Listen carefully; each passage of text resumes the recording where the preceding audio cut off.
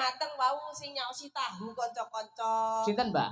Mbak Pur Siti niku kat sore niku goreng tahu niku titip yo Mbak siden-siden. Wah, sampai diruwangi mboten sare, goreng tahu. Dikirimne kanca-kanca. Terus kula kentone niki para pini sepuh sing tasik berkahi. Matur sembah nuwun. Nggih, nggih. Oh ning kene ade oleh tim-timan go kecamatan karo Pokoke titip jenengan, Mbak, titip jenengan. Lah wis langsung kebuka sih, sing penting tak nek ndang wayangan Bu. Lak dijisi Pak Lurah isin Bu aku kok. Digrepek hansip lho. Nggih. Napa? Lampun wau sesideman lho Pak Dik. Lho dibaleni malih Dek wau napa sare to Pak jenengan? Tapi pancen mriki niku sesideman kudu lagu wajib. Oh. Pokoke Mbah Supron Suwondo tapi wau pun lho Dik. Digantos nggih. Diganti podang kuning. Oh, nggih. Podang kuning. Mboten napa kenapa kok repot-repot? Mboten napa-napa diganti purun mboten. Diganti purun apa mboten? Wis pun. Oh, nggih purun. Diparingi insyaallah mugi kathah rezekinipun nggih. Matur sembah nuwun jan niki maklare suntike pinter. Suwun 50.000 muga-muga tak dongakne keh rezekine ndang munggah kaji.